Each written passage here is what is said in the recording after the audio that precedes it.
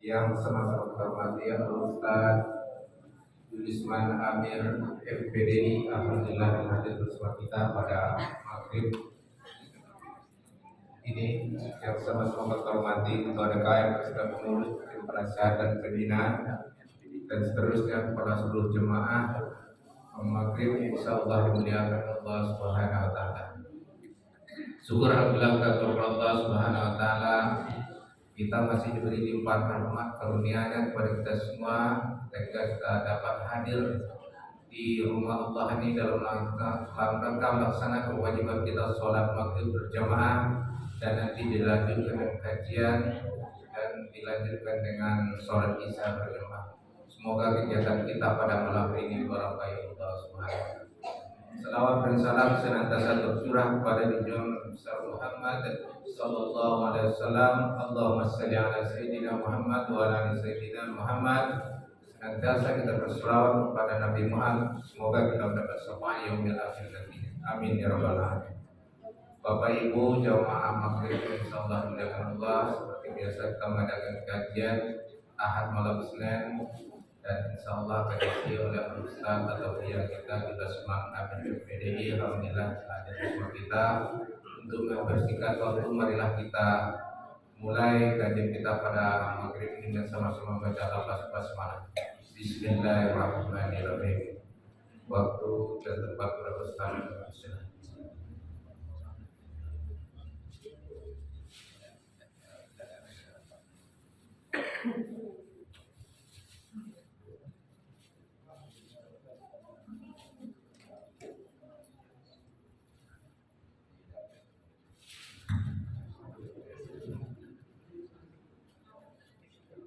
Bismillahirrahmanirrahim. Assalamualaikum warahmatullahi wabarakatuh.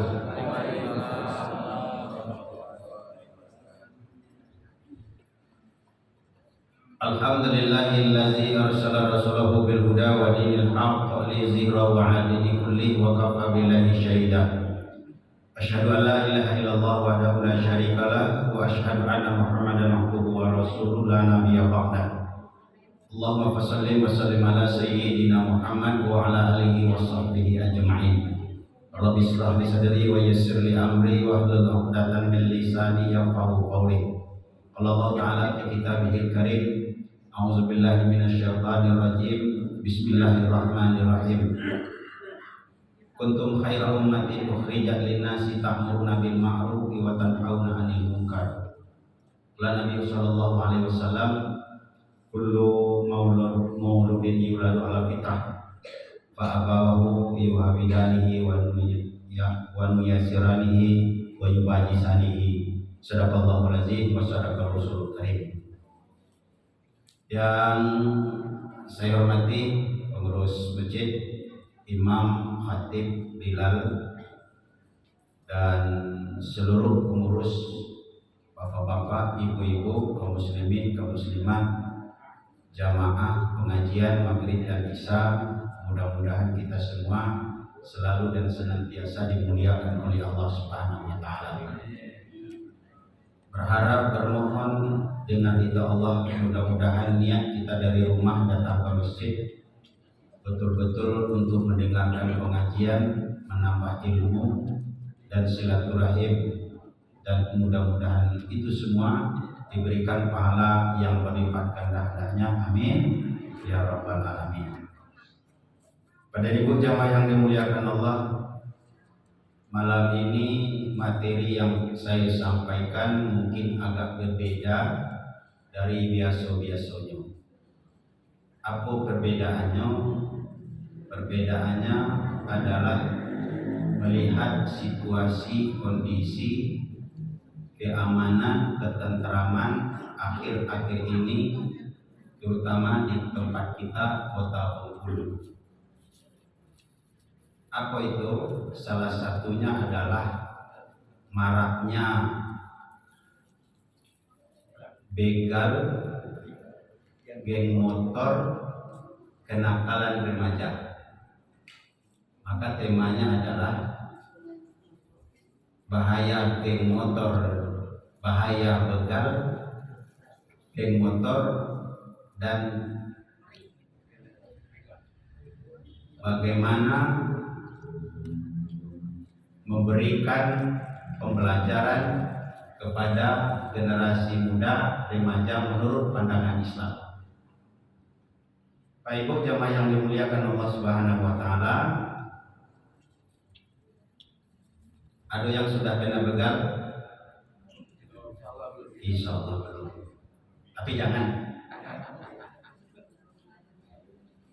Begal itu Bapak Ibu, kalau dulu namanya merampok, tapi ada bedanya. Kalau dulu merampok itu mengambil harta dengan kekerasan, bahkan sampai pembunuhan. Tapi tempatnya agak-agak sepi. Tapi kalau begal berani secara terang-terangan. Tujuannya apa? Tujuannya adalah mengambil harta, membunuh, menakut-nakuti. Akibatnya apa? Satu, yang menjadi korban menjadi trauma, ketakutan, sehingga kadang-kadang tidak mau keluar lagi dari rumah. Itu akibatnya. Akibat yang kedua, Bapak dan Ibu, merajalelanya kejahatan di tengah-tengah masyarakat. Dan yang ketiganya, orang tidak mau datang ke daerah tersebut karena takut. Sama dengan orang yang dari orang Kota Bengkulu ini, banyak begal di Kota Bengkulu, udah galak lagi nya datang. Ini artinya, nah begal itu sama dengan merampok tadi, tapi bedanya itu, tapi beda dengan perompak.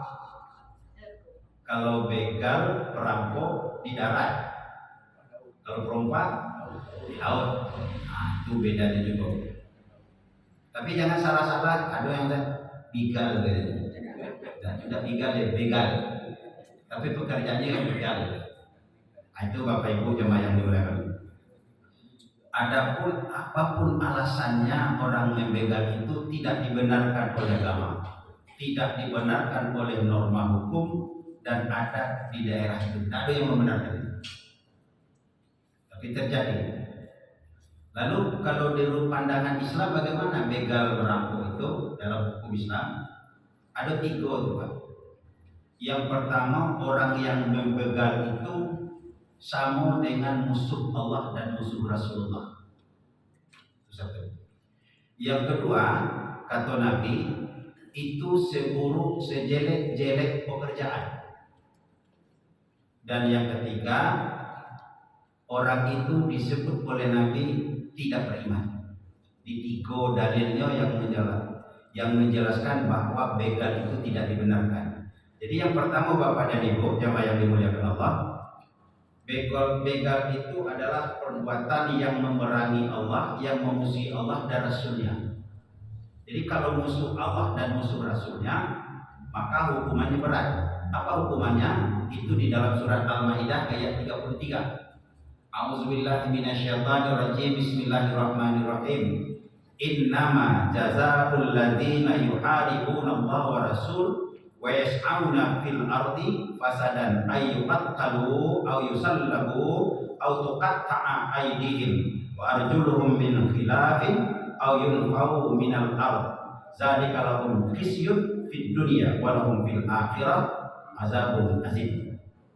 Kata Allah, sesungguhnya balasan terhadap orang-orang yang memerangi Allah, begal tadi kan memerangi Allah dan Rasulnya, membuat kerusakan di muka bumi, mereka harus dibunuh atau disalib atau dipotong tangan dan kaki mereka bertimbal balik atau dibuang dari negeri ke tempat kediamannya. Itu hukumannya itu berat nih Pak, begal. Dibunuh, disalib, dibunuh, dipotong tangan dan kaki bersilang, kemudian atau dibuang di penjara. Maka di dalam penafsiran itu ada dompet tadi itu sesuai dengan kadar kesalahan pembegal tadi. Kalau yang membegal itu dia membegal Pak dan Ibu, dia membunuh lalu mengambil harta maka hukumannya dalam Islam itu adalah dibunuh dengan cara disalib. Ikat tangan kanannya, dekat tangan kirinya, dididik kakinya, lalu dilempari sampai mati lah, disakiti lah. Itu kalau dia membunuh dan mengambil harta. Kalau dia cuma membunuh saja tapi harta tidak mengambil, maka hukumannya dibunuh juga, tapi tidak disalib dan disakiti. Maksudnya tidak disakiti, tidak seperti disalib tadi, dilempari. Tapi apa? Mungkin cepat aja dipancung kalau dalam Islam. Lalunya baru. Atau yang ketiga, dia tidak membunuh, tapi mengambil harta baik, mengambil harta secara keras, kekerasan. Maka hukumannya itu tadi disalib, dipotong tangan kanannya dan dipotong kaki kirinya, atau tangan kiri, kaki kanan bersilang. Jadi berani hukuman kalau begal. Kalau dia tidak mengambil, dia tidak membunuh, lalu dia juga tidak mengambil harta, cuma nakut-nakuti juga, macam-macam. Kalau bukan pakai curi, ngancam aja 10 kau bunuh, tapi tidak dibunuhnya, cuma ngancam aja. Maka hukumannya adalah 1 di penjara dan atau dibuang dari negeri tempat dia tinggal itu, keluar kota. Itu dalam Islam. Ini hukumannya dalam Islam. Yang kedua, Bapak Ibu, ini sebagai musuh Allah, ini adalah pekerjaan seburuk-buruk pekerjaan, sejelek-jelek pekerjaan. Rasulullah bersabda, "Ya Aisyah, inna syarran nas manzilatan 'inda Allah yaumal qiyamah man wada'ahu aw tarakahu nas itiqa'a fuhshihi." Wahai Aisyah, sesungguhnya seburuk-buruk kedudukan manusia, sejelek-jelek kedudukan manusia si Allah adalah pada hari kiamat orang-orang yang ditinggalkan karena perbuatan jahatnya. Tidak mau orang berkawan gini Pak, jangan berkawan gini orang penuh jahit, itu pembunuh segala macam. Orang yang ditinggalkan itu, yang ditinggalkan dari itulah pekerjaan yang paling jelek. Karena apa? Orang takut karena perangainya. Tapi kadang-kadang ada orang bangga dengan pekerjaan itu Pak. Ada remaja itu bangga dengan nakut-nakuti orang itu. Dan yang paling ada lagi, yang paling hebat lagi, kata Nabi dalam hadis, wallah la yu'min, wallah la yu'min, wallah la yu'min. Kata Nabi, demi Allah tidak beriman, demi Allah tidak beriman, demi Allah tidak beriman. Kata sahabat mengatakan, hilaman ya Rasulullah, siapa itu ya Rasulullah yang tidak beriman? Qala allazi la ya'amnu jarahu bawani. Demi Allah tidak beriman dan tidak beriman.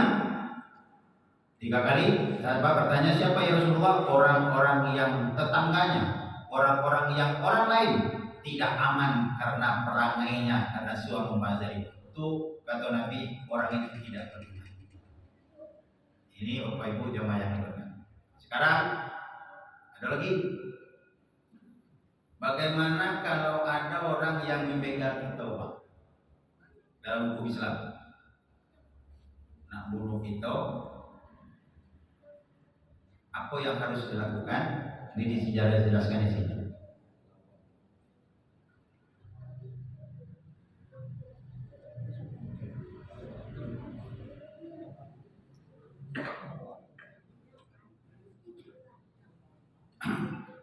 Dalam sebuah hadis dijelaskan oleh Rasulullah SAW,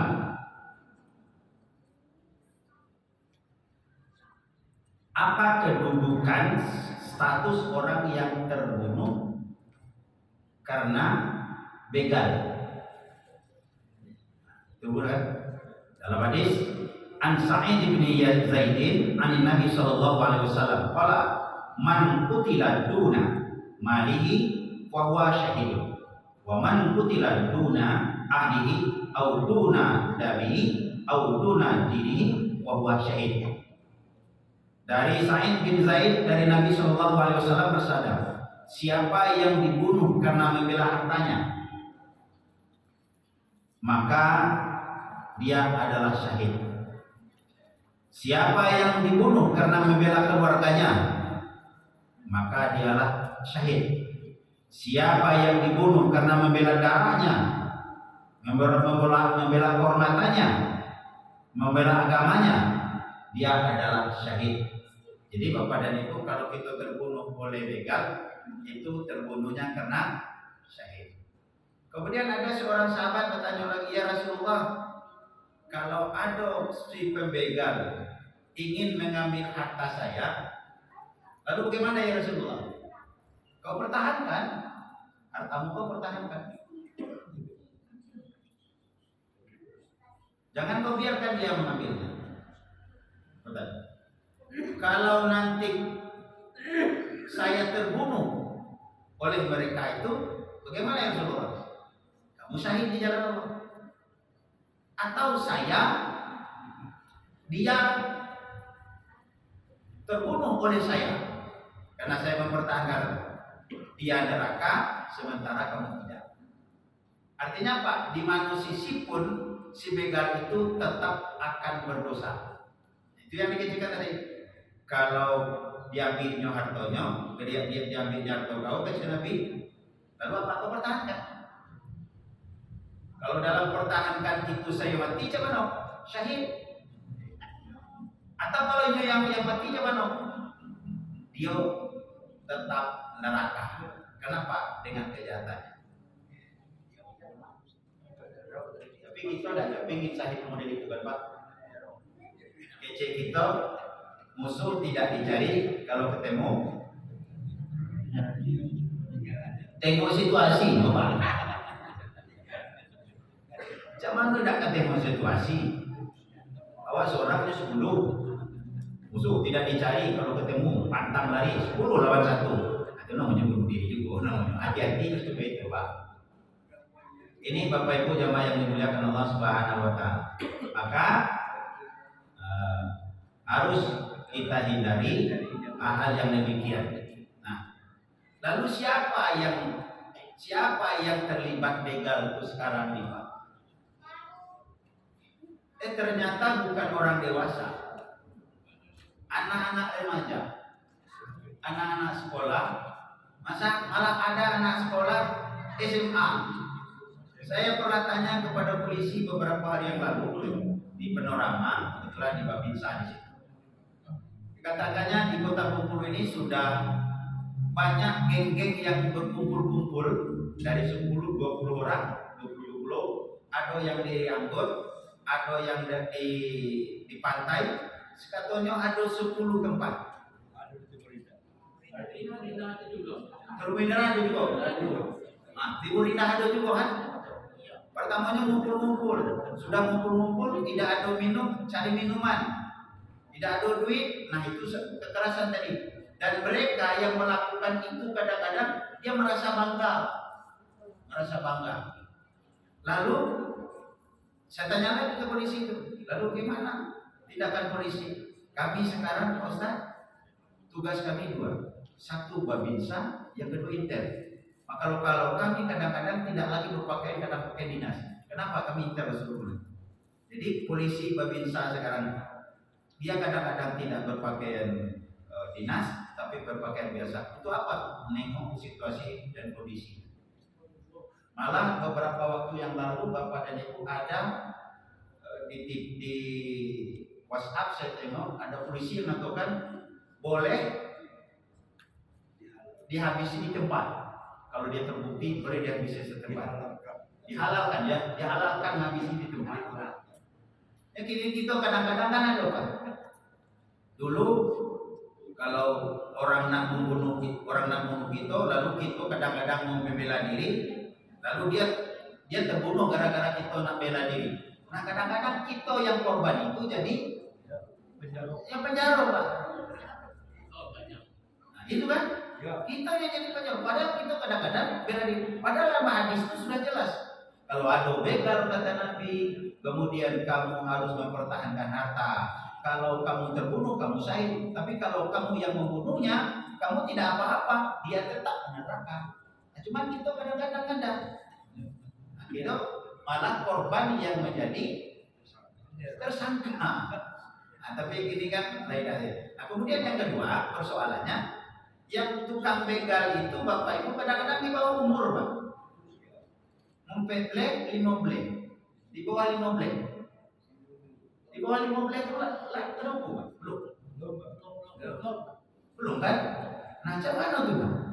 Padahal itu kelas 1 malah ada sekolah favorit kemarin di Kota Bengkulu SMA itu.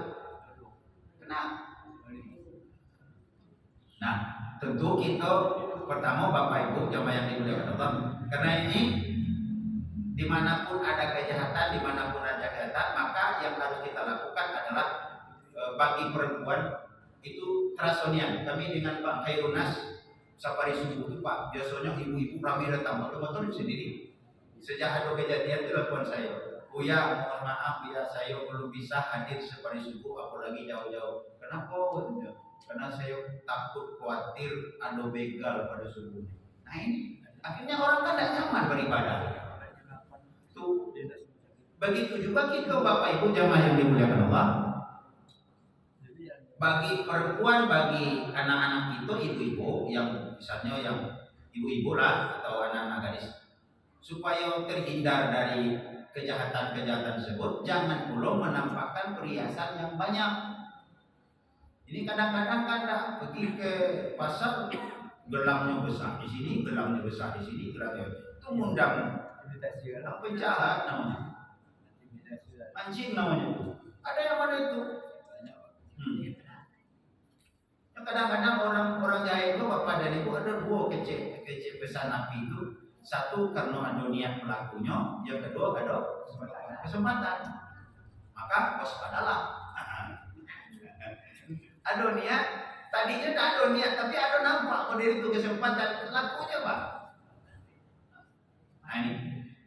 Kemudian seperti yang saya sampaikan tadi, memang peran polisi di sini sangat vital, sangat penting sekali, karena memang polisi itulah yang punya gerakan-gerakan untuk mengamankan, mengayomi, melayani masyarakat. Kemudian di samping itu juga perlu Bapak Ibu tidak keluar tengah malam yang tidak penting. Itu bagi anak-anak itu. Kemudian Bapak Ibu jamaah yang dimuliakan Allah, tadi sudah dijelaskan bahwa pelakunya itu adalah anak-anak remaja. Kenapa? Dengan kenakalannya tadi. Nakal mengambil hak orang lain, kemudian semena-mena. Padahal sebenarnya anak remaja itu Bapak dan Ibu, sebenarnya kalau dia lahir bersih sebenarnya. Maka dikatakan oleh Nabi, kullu mauludin yuladu ala fitrah. Semuanya anak kalian itu kata Nabi dilahirkan dalam keadaan suci, bersih, fitrah. Fa'abawahu yuhawidani. Maka kedua orang tuanya lah yang menyebabkan dia nanti Yahudi atau yumajisani, majusi, atau apa? Yunasirani, jadi Nasrani. Kalau dalam psikologi yang kami pelajari dulu Bapak dan Ibu, anak itu lahir seperti kertas putih, maka bapak ibunya lah yang akan mengukirnya jadi merah, jadi hitam, jadi putih, jadi hijau. Jadi peran kita betul-betul luar biasa. Lalu kenapa remaja itu bisa melakukan kejahatan-kejahatan seperti itu Pak? Apa sebabnya? Sebabnya tak lain bukan adalah yang pertama Bapak dan Ibu, faktor pergaulan. Faktor pergaulan Pak. Siapa temannya Pak? Teman sekolahnya. Makanya kita kadang-kadang cucu-cucu bapak-bapak, anak-anak bapak ibu tanya dengan siapa juga teman. Sebab teman itu kadang-kadang bisa menggelincirkan anak kita kepada kejahatan. Kan ada istilah tuh Pak, berkawan dengan tukang parfum minyak wangi, tapi harusnya bakawan dengan orang jual tepung, dapat ibunya, bakawan dengan tukang besi, dapat abu besi. Biasanya bakawan dengan tukang judi lah tuh. Kita kan kawan. Maka pergaulan itu penting. Tanya-tanya. Kadang mereka tidak tahu bahasa yang dilakukan itu salah. Tapi kalau kita tidak tanya itu pergaulan Pak. Itu yang pertama. Yang kedua adalah faktor keluarga. Yang keluarga itu siapa? Ayah, ibu, orang tuanya. Bapak dan ibu adalah pendidik pertama dan utama dalam rumah tangga. Berhasilnya bapak dan ibu dalam rumah tangga akan berhasil dengan keluarga. Jadi kalau gagal. Maka faktor keluarga apa yang menyebabkan dia? Faktor keluarga menyebabkan anak itu menjadi nakal. Yang pertama, ketidakharmonisan keluarga, ketidakharmonisan orang tuanya. Macam mana akan merasa tenang? Orang tuanya berlaku tiap hari. Suami berlaku dengan istri berlaku ke suami, ada tengok ke anak. Itu dicontoh. Kemudian apa lagi? Kurangnya perhatian dari orang tua. Orang tua sibuk dengan pekerjaannya. Apalagi, mohon maaf, tanda kutip Pak, yang dekat pasar. Itu berbeda tinggalnya dekat rumnas. Sebab kalau dekat pasar itu apa dari pengaruhnya luar biasa. Sebab namanya pasar. Nah, ada ibu-ibu yang sibuk dengan pekerjaannya, baik dia berdagang maupun dia bekerja yang lain. Sementara apa? Anak tidak diperhatikan. Maka akan muncullah kenakalan remaja.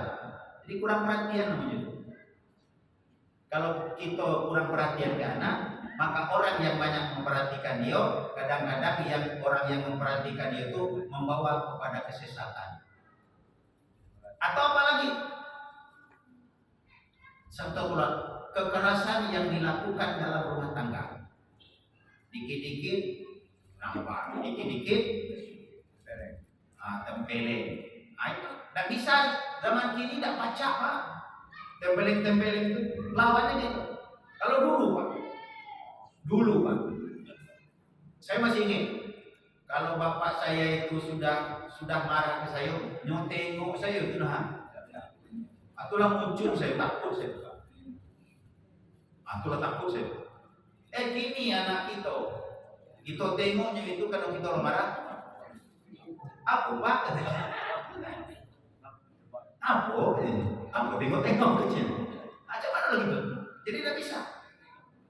Jadi Bapak Ibu jamaah yang dimuliakan Allah, itu faktor keluarga. Nanti akan saya sampaikan di ujungnya nanti apa yang harus dilakukan sebagai orang tua, sebagai nenek, sebagai datuk untuk cucunya, untuk anak-anak. Yang ketiga adalah faktor lingkungan, di mana anak itu berintegrasi, termasuk tempat tinggalnya tadi. Dan yang kemudian yang paling parah itu Pak Ibu adalah faktor teknologi. Itu yang paling parah. HP.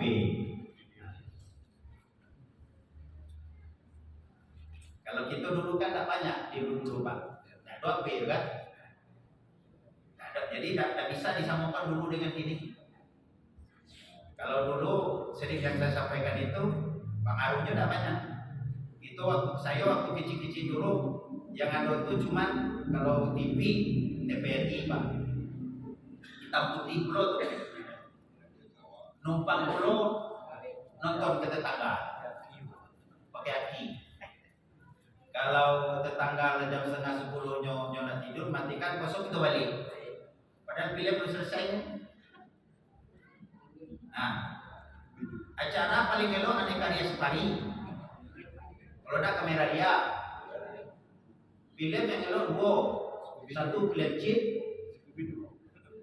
kedua film akhir bukan. Itu Pak, namanya pengaruh. Ini channel TV berapa banyak nih Pak? Yang nasional aja Pak, SCTV, RCTI, Trans 7, Trans TV, NTV, TV One, Kompas, NET, Metro, News, TV, Indosiar, Indosiar, banyak Pak. Bertambah lagi satu lagi apa? HP tadi.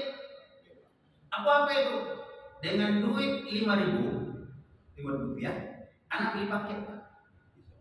Bukalah internet. Di internet itu ada malaikatnya, ada setannya Pak. Ada yang baiknya dan tidak baik. Tapi yang tidak baiknya jauh lebih banyak ketimbang yang baiknya. Kalau tidak baca-baca, artinya apa?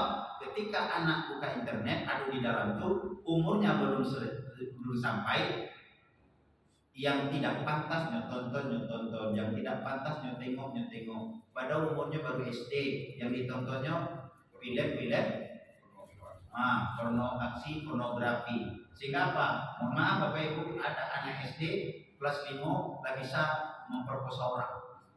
Itu gara-gara apa? Gara-gara teknologi informasi kita ini. Ini pengaruhnya luar biasa. Nah, lalu gimana? Kalau ada anak remaja kita, bagaimana kita menghadapi anak remaja itu, cucu-cucu kita yang sudah remaja? Yang pertama Bapak Ibu, banyak berkomunikasi dan banyak mendengar apa yang disampaikan anak cucu itu tadi. Jadi kita lebih banyak mendengar daripada kita yang banyak ngecek. Kadang-kadang ibu-ibunya banyak ngecek ibu-ibu. Yang dikecekannya marah itu tak enak. Tidak bisa kita dengarkan. Kenapa? Yang semakin banyak menceritakan ke kita, semakin bagus. Curhat kita. Lalu apa? Kita makin banyak mendengar. Lalu apa? Kita ajak diskusi. Kalaupun apapun yang buruk dilakukannya, terima dulu Pak. Tidak ada masalah. Sebab itu pendidikan yang diberikan Nabi seperti itu Pak. Ini saya contohkan Rasulullah SAW di dalam sebuah hadis mengatakan, artinya saya sampaikan, dari Abu Umamah, sesungguhnya seorang pemuda mendatangi Nabi lalu berkata, ada pemuda Pak, remaja datang pada Nabi, wahai Rasulullah, izinkan aku berzina. Ya, izinkan aku berzina. Kalau kita kecek mengecek ke Nabi kurang ajar tuh. Tapi yang terus terang Pak, izinkan aku berzina. Orang-orang lain mendatanginya. Dia melakukan apa yang kau kecekkan kau. Tapi kata Nabi apa? Rasulullah bersabda, mendekatlah ke sini. Apakah marah Rasulullah? Tidak marah. Tidak apa-apa. Nyajak diskusi oleh Nabi. Apa diskusinya? Pertama, kau punya ibu? Punya ya Rasulullah. Bagaimana kalau ibumu dizinai orang? Marah saya Rasulullah. Begitu juga orang, begitu juga kau zinai seorang perempuan, maka orang lain akan marah seperti kau marah. Baru memang kau punya adik perempuan atau kakak perempuan, ada ya Rasulullah. Bagaimana kalau adik perempuan, kakak perempuan dizinai? Marah saya Rasulullah. Apa yang tidak baik kamu lakukan kepada orang lain, maka orang lain juga tidak mau kau melakukan kepada orang lain. Akhirnya dia malu, dan selama itu dia tidak menemui Rasulullah karena malunya. Dia bertobat kepada Allah. Artinya apa? Ada diskusi. Dan langsung kita patah ini. Kalau kita patah besok-besoknya tidak cerita lagi, kita lupa. Tidak ada cerita lagi kita. Tidak ada cerita katanya. Tidak salah juga kita katanya. Nih. Kemudian yang kedua, anak-anak kita Bapak Ibu, dia punya hobi. Misalnya anak kita 3, anaknya kita 4, dia punya hobi masing-masing tidak sama Pak. Maka Pak, hormati privasi anak. Hormati itu apa artinya? Kalau hobinya memang tidak sama dengan keinginan kita tidak bisa meraskan Pak. Contoh Pak, saya contohkan, mohon maaf Bapak Ibu ya, saya contohkan. Saya kepingin sekali anak saya itu ngikut saya jadi mubalik, jadi ustaz guru agama. Saya coba, saya masukkan SDIT, kemudian SMPT. Tapi sudah SMPT, dia nak masuk SMA, sekolah umum. Lalu kuliah di umum pulau, sarjana hukum. Kemudian dapat kerja di tempat hukum juga. dikecari. Jadi tidak bisa Pak. Mudah-mudahan anak saya nomor 2 lah. Masukkan SD, IT, SMP IT. Kemudian saya masukkan pondok pesantren Padang Panjang. Berapa kuatnya Pak? 6 bulan. Sakit-sakit terus, kemudian tidak tahan. Balik Pak. Masukkan di MAN. Setelah sekolah di MAN, saya kepingin bagaimana masuk ke UIN. Tidak main UIN. Dan di luar kota, tidak bisa pokoknya. Tidak bisa saya paksakan Pak. Kalau saya paksakan, kalau dia gagal gitu, dia menyalahkan kita. Kalau dulu gaya gitu bisa masuk ke UIN, tidak bisa Pak. Hormati dia. Terus kalau kuliah jurusan yang umum. Kecil saya mudah-mudahan yang terakhir lah langsung STT masuk pondok pesantren ke pasar bulan. Apal 12 juz sampai 12 juz Pak. Mudah-mudahan nyambung. Setelah itu Pak tidak lagi Pak. Apa ada lagi banyak tidak lagi. Pokoknya nah kita doakan, kita berusaha, kita arahkan segala macam tidak bisa. Dan itu tidak bisa kita paksa. Akhirnya sekolahnya buntu. Kepingin saya seperti itu, tapi tidak bisa. Makanya Pak, hormati keinginan, tapi tetap agamanya dibuka, agamanya tetap dinomorkan. Ada anak kita, hobinya main bola, badannya kecil, badannya pendek, tapi jangan main bola. Jangan kita, badan kecil, badan ini, badan kecil, pendek, main bola, jangan Pak. Berarti mudah-mudahan badan besar. Semangat yang diberikan dulu. Ini namanya menghormati privasi anak. Itu dalam psikologi. Kemudian tetap membuat aturan-aturan kepada anak. Tidak bisa ada yang itu memang harus aturan. Apalagi apa gini, lalu apa peraturan? Jangan dilarangnya main HP, tapi dibatasi. Kita diskusi ya. Apa diskusi? HP boleh, tapi waktunya sampai jam berapa? Kenapa ini? Jam 10 lah gitu. Nah, kece datuk, kece mak sampai jam 9 aja. Jangan sampai jam 10. Nah, kalau tidak bisa, situ mundur 1 jam, situ mundur sejam berapa? Setengah 10. Jadi kesepakatan itu penting.